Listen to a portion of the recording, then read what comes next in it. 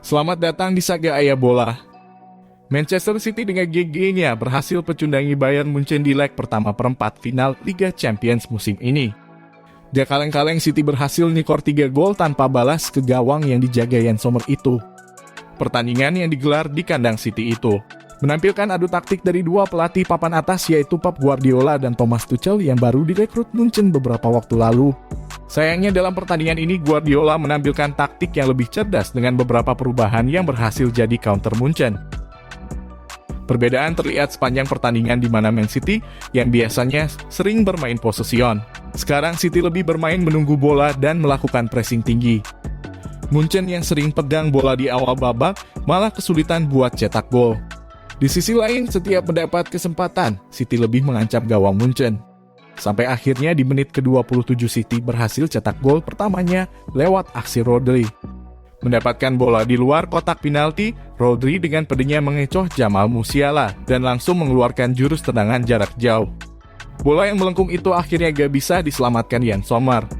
Skor berubah 1-0 dan bertahan sampai turun minum. Selain pressing tinggi, City juga sering melakukan tackle-tackle krusial yang berubah menjadi serangan balik cepat. Tercatat, City melakukan 43 tackle di pertandingan ini. Hasilnya di awal babak kedua tercipta beberapa peluang dari City yang hampir jadi gol. Akhirnya di menit ke-70 City berhasil cetak gol kedua setelah kesalahan bek Munchen Upamecano yang bolanya bisa direbut pemain City. Dengan serangan cepatnya, bola yang direbut bisa diteruskan Haaland dan selanjutnya Haaland kasih umpan manja ke Bernardo Silva yang kosong. Dengan mudahnya, Silva berhasil menanduk bola umpan tersebut. Skor pun berubah lagi jadi 2-0. Setelah gol kedua itu, City makin menjadi-jadi. Beberapa peluang pun sempat bikin pertahanan Munchen ketar-ketir. Erling Haaland yang sedang on fire, gak mau kalah untuk cetak gol. Akhirnya di menit ke-76 gol itu hadir untuk Haaland. Melalui umpan lambung yang mengarah ke John Stones, ia berhasil kasih umpan lagi untuk Haaland di sisi kiri, yang akhirnya dengan mudah membobol lagi gawang Munchen. Skor 3-0 untuk Manchester City. Setelah gol itu, City hampir cetak gol lagi lewat aksi Julian Alvarez dan Rodri. Sayangnya gol tidak tercipta sampai pertandingan berakhir. Dengan hasil pertandingan ini, City mendapatkan modal besar untuk leg kedua nanti. Hasil ini juga memperlihatkan betapa GG-nya taktik Guardiola yang bisa menganalisa permainan lawan. Di pertandingan ini, Guardiola melakukan percobaan dengan menjadikan Bernardo Silva menjadi winger. Sebelumnya, Pep juga sempat mengubah Silva menjadi bek sayap yang mana kedua taktik itu bisa bekerja untuk Silva yang fleksibel.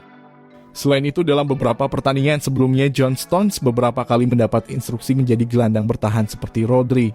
Kerennya peran itu bisa dijalankan dengan sangat baik oleh Stones.